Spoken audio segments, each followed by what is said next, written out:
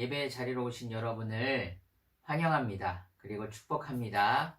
우리 하나님 말씀 보겠습니다. 요한복음 5장 1절에서 9절 말씀입니다. 요한복음 5장 1절에서 9절 말씀입니다. 제가 가지고 있는 성경 신약 149페이지입니다. 요한복음 5장 1절에서 9절 말씀 제가 읽도록 하겠습니다. 그 후에 유대인의 명절이 되어 예수께서 예루살렘에 올라가시니라. 예루살렘에 있는 양문 곁에 히브리 말로 베데스다라 하는 못이 있는데 거기에 행각 5이 있고 그 안에 많은 병자, 맹인, 다리 저는 사람, 혈기 마른 사람들이 누워 물의 움직임을 기다리니 이는 천사가 가끔 못에 내려와 물을 움직이게 하는데 움직인 후에 먼저 들어가는 자는 어떤 병에 걸렸든지 낫게 되밀어라. 거기 38에 된 병자가 있더라. 예수께서 그 누운 것을 보시고 병이 벌써 오래된 줄 아시고 이르시되 내가 낫고자 하느냐. 병자가 대답하되 주여 물이 움직일 때 나를 못에 넣어주는 사람이 없어 내가 가는 동안에 다른 사람이 먼저 내려가나이다. 예수께서 이르시되 일어나 내 자리를 들고 걸어가라 하시니 그 사람이 곧 나아서 자리를 들고 걸어가니라. 이날은 안식일이니. 아멘. 기도하겠습니다. 하나님 감사합니다. 오늘도 주님이 주시는 귀한 말씀 앞에 우리가 이 시간 마음을 다하고 뜻을 다하여 하나님께 온전히 예배하기를 원합니다. 하나님, 우리의 마음 문을 열어주시고 우리의 생각의 깊은 곳까지도 주님께서 말씀으로 감찰하셔서 우리가 이 시간 말씀을 통해 치유가 되며 또 말씀을 통해 나를 구원하신 주 예수 그리스도의 은혜가 그 구원의 감격이 넘쳐나는 시간이 될 수 있도록 은혜를 허락하여 주옵소서. 예수님의 이름으로 기도합니다. 아멘. 샬롬. 우리 옆분과 인사할까요? 샬롬. 반갑습니다. 한 주 동안 잘 지내셨습니까? 하루하루 또 한 주 한 주 매일의 삶 속에서 또 하나님의 말씀을 기억하면서 또 하나님이 말씀이 주시는 그 힘으로 우리가 성령 충만함으로 능력 있게 살아가는 저와 여러분들이 되시기를 주님의 이름으로 소망합니다. 오늘 말씀의 제목은 진정한 베데스다입니다. 오늘도 이 제목을 기억하면서 또 하나님의 말씀을 함께 듣고 또 선포하면서 또 오늘도 귀한 은혜 받으시고 또 말씀으로 다시 한번 우리 삶 가운데 성령 충만함의 은혜가 저와 여러분의 삶 가운데 넘쳐나기를 주님의 이름으로 소망합니다. 오늘 1절 말씀을 보시면 그 후에 유대인의 명절이 되어 예수께서 예루살렘에 올라가시니라 라고 말씀하고 있습니다. 유대인 남자들은 명절이 되면 성전이 있는 예루살렘으로 올라갔습니다. 오늘 예수님도 마찬가지로 명절이 되어 예루살렘으로 올라가셨습니다. 오늘 본문에 보시면 유대인의 명절이라고만 기록되어 있습니다. 그래서 이 명절이 어떤 명절인지 정확하게 알 수는 없습니다. 여러분, 유대인이 어떤 명절이 있죠? 유월절도 있고 오순절도 있고 초막절도 있고 수전절 등등 여러 가지 명절이 있습니다. 오늘 근데 이 명절을 또 원어상으로 보시면 그 명절이라고 표현되어 있습니다. 다시 말씀드리면 정관사가 붙어서 그 명절이라고 표현되어 있다는 것이지요. 그래서 유대인의 명절 중 명절이라고도 의미를 부여할 수 있겠습니다. 그래서 확실하진 않지만 6월절일 가능성이 많다라고 학자들은 생각하기도 합니다. 어찌됐건 어떤 6월절의 의미를 우리가 생각해 봤을 때 오늘 본문하고도 연관이 있어 보입니다. 왜냐하면 6월절이 여러분 어떤 사건입니까? 이스라엘 백성들이 출애굽할 때, 그리고 하나님께서 애굽 땅 가운데 장자의 죽음, 바로 장자의 재앙을 내리실 때 이스라엘 백성들로 하여금 문방과 문설주에 양의 피를 바른 그 표식을 보고 죽음의 사자가 패스오버 넘어가는 것을 출애굽을 기념해서 유월절을 기억하며 유대인들이 지키고 있습니다. 마찬가지로 오늘 본문에서도 한 병자가 등장을 하고, 그리고 그 병자가 예수님의 기적, 예수님의 치유로 인하여서 고침을 받는 사건이 등장을 합니다. 그래서 이런 고침의 사건과 연결해서 봤을 때 우리가 오늘 본문에 있는 명절을 유월절로 생각하고 또 연결해서 보아도 괜찮을 것 같습니다. 어찌됐건 중요한 것은 오늘 이 명절이 되어서 예수님이 올라가셨습니다. 그리고 2절과 3절에 보시면 예루살렘에 있는 양문 곁에, 그래도 베데스다라는 곳에 많은 병자들이 있었습니다. 그리고 이 병자들은 맹인, 다리 저는 사람, 혈기 마른 사람들이 누워 있었다라고 2절과 3절에 기록합니다. 그러니까 이 못에 많은 병자들이 북새통을 이루고 있었어요. 그리고 4절에 보시면 이 많은 병자들이 베데스다에 모여서 있었던 이유는 가끔 천사가 못에 내려와서 물을 움직이게 한다는 것이었습니다. 그리고 물이 움직일 때 이 물에 먼저 들어가는 사람은 어떤 병에 걸렸든지 낫게 된다는 것이었습니다. 오늘 성경에 보시면 3절 후반부터 4절까지 가로로 되어 있습니다. 어떤 4세기 이전의 사본에 보시면 이 구절이 포함되어 있지 않다고 합니다.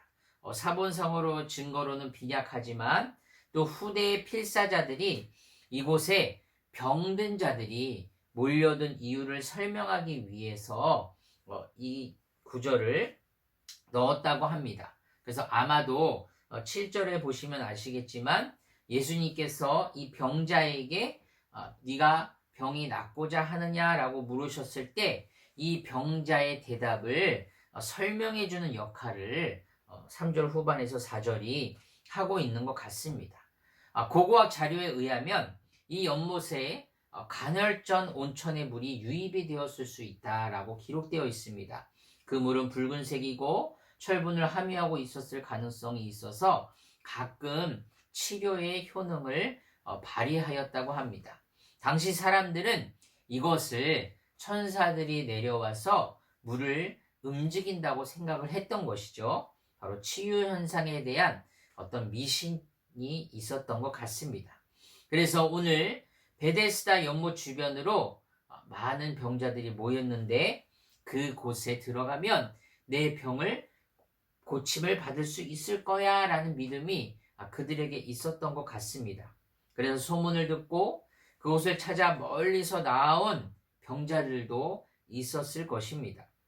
언제부터 그곳에 머물러 있었는지 알 수는 없지만 각양각색 자기들의 문제를 가지고 간절히 물이 움직이기만을 기다리며 하루하루를 보내고 있었을 겁니다. 어쨌든 물에 빠진 사람이 지푸라기라도 잡는 심정으로 살지 않았겠습니까? 근데 이게 또 믿음만을 가지고서 되는 상황이 아니었던 것이지요. 4절에 보시면 이는 천사가 가끔 못에 내려와 물을 움직이게 하는데 움직인 후에 먼저 들어가는 자는 어떤 병에 걸렸든지 낫게 되밀어라 라고 말씀합니다. 먼저 들어가는 자가 낫게 된다는 거였어요. 그러니까 물이 움직인 후에 제일 먼저 들어가야 낫는다는 것입니다. 여러분 한번 생각해 보세요. 물이 움직인 후에 그 베데스다 주변은 어떤 상황이었겠습니까? 완전히 아수라장이 되었을 것 같습니다.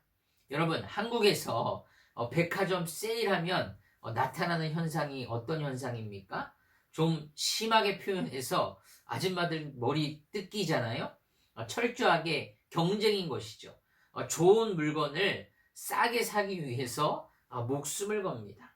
그러니까 남을 이겨내야, 남을 제껴야 내가 이익을 볼 수 있는 상황인 것이죠. 제가 군 생활을 하면서 제일 두려웠던 게 선착순이었습니다. 저는 달리기를 그닥 잘하지 못합니다.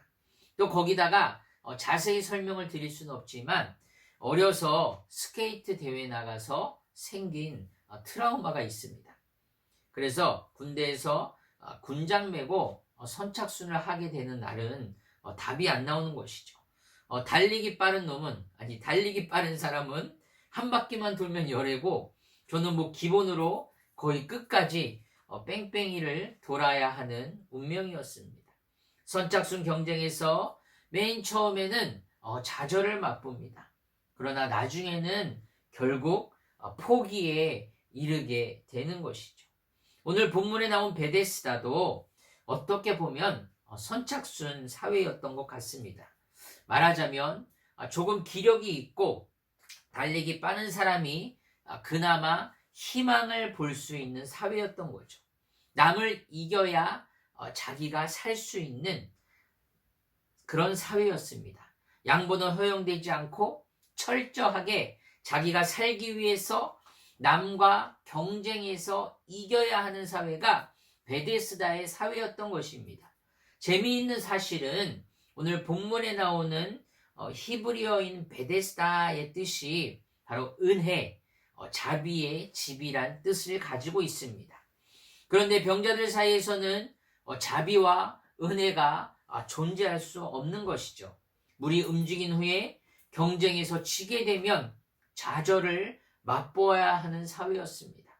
서로가 서로를 비교하며 눈치 작전을 펼치는 사회였습니다. 남을 이기기 위해서 신경을 날카롭게 세우고 기회를 엿보는 사회였습니다. 계속되는 좌절 속에서 상처를 겪고 자기 자신을 내동댕이 쳐버리게 된 사회가 오늘 자비의 집, 긍휼의 집, 은혜의 집에서 행해지고 있었던 것이죠. 그리고 거기 수많은 병자 중에 한 사람이 등장합니다. 5절 말씀 볼까요? 거기 38해 된 병자가 있더라라고 말씀합니다. 38년 동안 누워서 병을 가지고 있는 한 병자가 있었습니다. 그리고 그 병자에게 오늘 예수님께서 찾아오셨습니다. 6절 말씀 보실까요? 예수께서 그 누운 곳을 보시고 병이 벌써 오래된 줄 아시고 이르시되 내가 낫고자 하느냐라고 말씀하고 있습니다. 예수님께서 여러분 공생애를 30살에 시작하지 않으셨습니까? 이 병자는 예수님이 태어나기 전부터 38년 동안 깊은 병을 앓아왔던 것이죠. 그런 병자에게 오늘 예수님께서 그의 형편을 아시고 친히 찾아오셨습니다. 이 38년 된 병자는 베데스다의 경쟁사회 안에서 보면 철저하게 무능력한 사람이었습니다. 언제부터 그가 여기에 머물렀는지, 누가 그를 여기에 데리고 왔는지 알 수는 없지만 자신의 병이 낫기를 정말 바라는 간절한 마음으로 그런 희망을 가지고 이곳을 찾아오지 않았겠습니까? 그가 경험하는 베데스다는 자비가 아니라 매정한 사회였는지 모르겠습니다. 아마도 물이 움직일 때 먼저 들어가는 사람을 보면서 부러워해야 하고 때론 시기와 질투를 느끼기도 했고 그것이 반복되면서 좌절과 절망을 거듭하게 되었고 그것을 경험하고 자신의 무능력을 정말 어쩔 수 없는 것을 철저하게 경험해야만 하는 그리고 급기야 자기해야 하는 상황까지 갔을지 모르겠습니다. 그런 그에게 오늘 예수님이 친히 찾아오셨습니다. 그리고 물으셨습니다. 내가 낫고자 하느냐? 그의 인생에도 이제 한 가닥의 희망이 있어 보입니다. 누군가 찾아와서 간절히 바라고 원하던 도움의 손길을 내민 것이죠. 그리고 그가 곧바로 대답합니다. 7절 말씀 한번 보실까요? 병자가 대답하되 주여 물이 움직일 때에 나를 못에 넣어주는 사람이 없어 내가 가는 동안에 다른 사람이 먼저 내려가나이다 라고 말씀합니다. 이 병자는 여전히 자신의 병이 고침을 받을 수 있다는 희망을 어디에 두고 있었습니까? 바로 헛된 미신에서 찾고 있었습니다. 참된 메시아이신 예수 그리스도를 앞에 두고서도 이 세상 가운데 생명으로 빛으로 오신 예수 그리스도를 보지 못하고 있는 것입니다. 오늘 성경이 보이는 이 베데스다의 사회, 그리고 이 38년 된 병자의 모습이 우리의 모습과 너무나도 흡사합니다.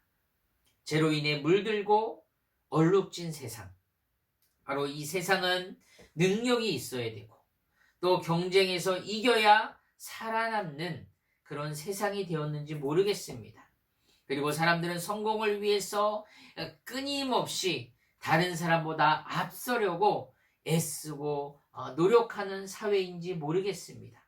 그러나 예수님께서 우리에게 주신 진정한 자비, 예수님께서 우리에게 주신 진정한 은혜, 바로 이 베데스다는 능력 있는 자, 경쟁에서 이기는 자에게 주시는 은혜가 아니라는 사실입니다. 우리의 어떠한 의지도 조금의 능력을 가지고 얻어지는 것이 아닙니다. 38년 된 병자, 그의 무능력함 가운데 친히 찾아오셔서 그를 치유하시고 일으켜 주셨습니다. 그의 필요는 물이 움직일 때 자기를 못에 넣어달라는 요청이었고 필요였습니다. 예수님께서는 단지 그의 필요만을, 그의 요청만을 들어주시는 분이 아니라 예수님의 신적 능력으로 그를 치유하시고 고쳐주셨다는 사실입니다. 사랑하는 여러분, 예수님의 은혜에는 차별이 없습니다. 바로 전적으로 값없이 우리에게 주어지는 것입니다. 예수님께서 내 자리를 들고 걸어가라 라는 말에 병자는 어떤 생각을 했을까요? 38년 동안 깊은 병을 가지고 살아왔습니다.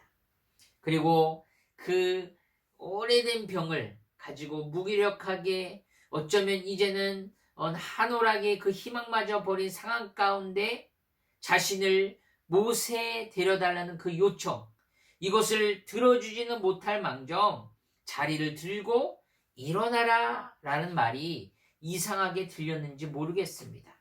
그러나 그는 예수님의 말씀에 어느새 순종하고 일어났다는 것이죠.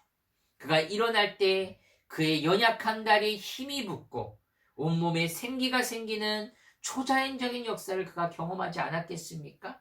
사랑하는 여러분, 예수님은 연약한 우리에게 힘을 주시는 분입니다.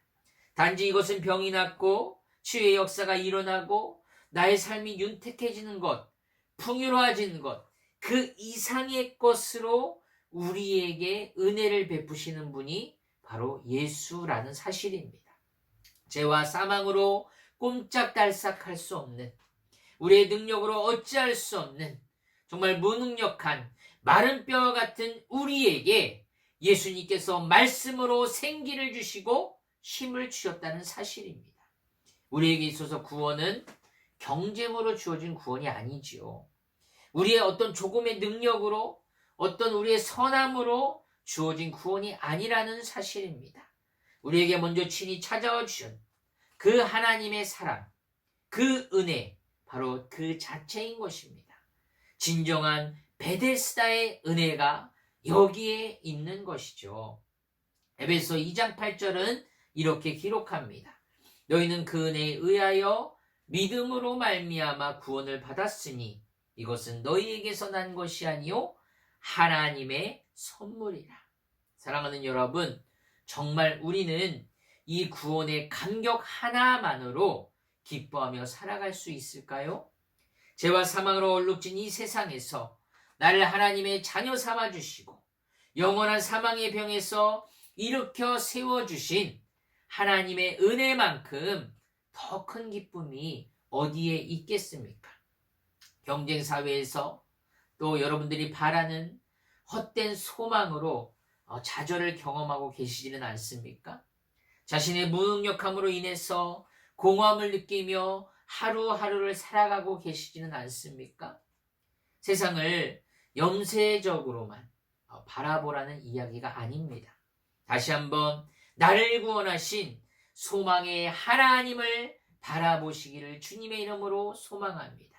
하나님의 은혜는 나를 치유하시고 저와 여러분을 일으켜 세워주십니다. 세상에서 좌절과 소외로 상처난 마음을 어루만져 주십니다. 하나님께서는 오늘 그 병자가 오래된 것을 알고 기쁜 것을 아셨던 것처럼 우리의 모든 것을 알고 계십니다. 우리의 머리털까지 세심받으신 주님께서 무한한 능력으로 우리를 덮으셨습니다. 여러분, 나를 누가 가장 잘 안다고 생각하십니까? 내 자신이지요. 나만큼 나를 잘 아는 사람은 없다고 어느 누구나 생각할 것입니다. 그러나 주님이 나를 나보다 더 잘 아십니다. 주님께서 나보다 나를 더 사랑하신다는 사실입니다. 우리의 영혼 깊은 곳까지 꿰뚫어 보시고, 그러니 나를 사랑하지 마시고 주님을 더욱더 의지할 수 있기를 주님의 이름으로 소망합니다. 그럼 내가 나를 사랑하는 것보다 주님이 더욱더 여러분을 사랑하여 주신다는 것이죠. 요한복음 14장 21절은 이렇게 기록합니다. 나의 계명을 지키는 자라야 나를 사랑하는 자니 나를 사랑하는 자는 내 아버지께 사랑을 받을 것이요 나도 그를 사랑하여 그에게 나를 나타내리라. 사랑하는 여러분, 우리는 구원의 감격을, 구원의 기쁨을 경험한 자들입니다.